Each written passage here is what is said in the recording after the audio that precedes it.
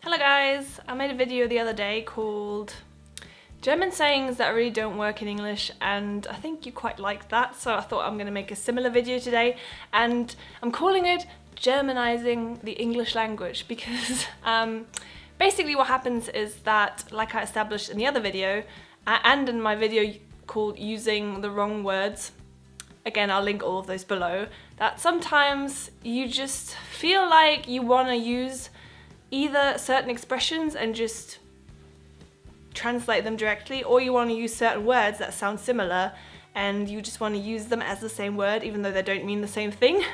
And within the German language there are a few very distinct things that you will hear Germans say in English, and that kind of just exposes them as German people. So Germans, or at least all the Germans I've ever known, are really they're really trying when they learn something. So if they're like in school, in my class in school, all of the kids really wanted to speak really good English, so they would always like study really hard and make sure that their accent sounded alright and stuff, but there was just these few things where people would always mistranslate because it's really difficult for you to just change your mindset, I guess.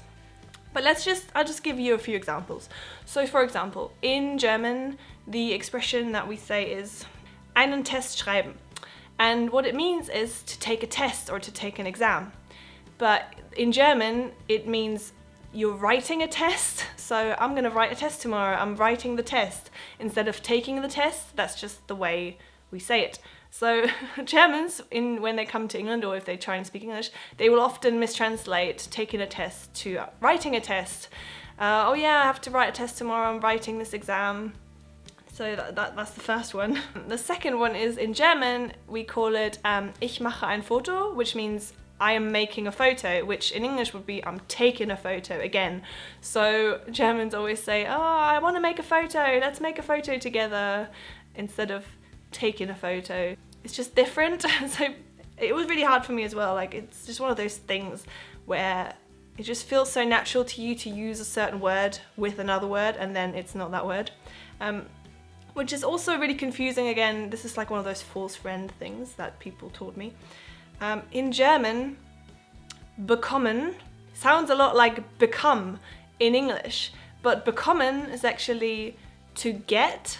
So yeah, become in English kind of means that you're becoming something. So it's kind of like, so Germans will often say like, oh, I become a present, instead of, oh, I'm getting a present, or I got a present.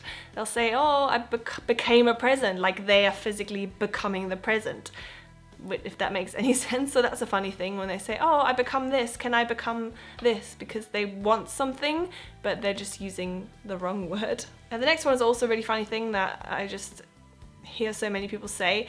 In German, we will say, ich muss für die Schule lernen, which means I need to study for school. But instead of the word study, German uses the word learn.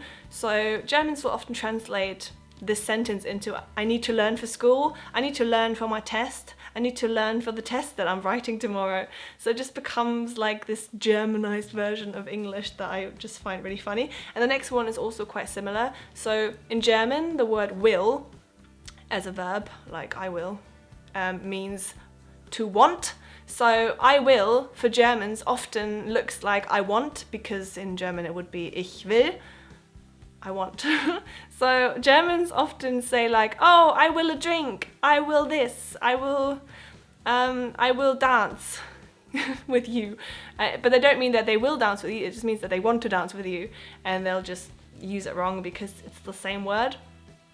I don't know how much sense this video made, because in my head it just confused me a lot talking about it. But I hope you know what I mean.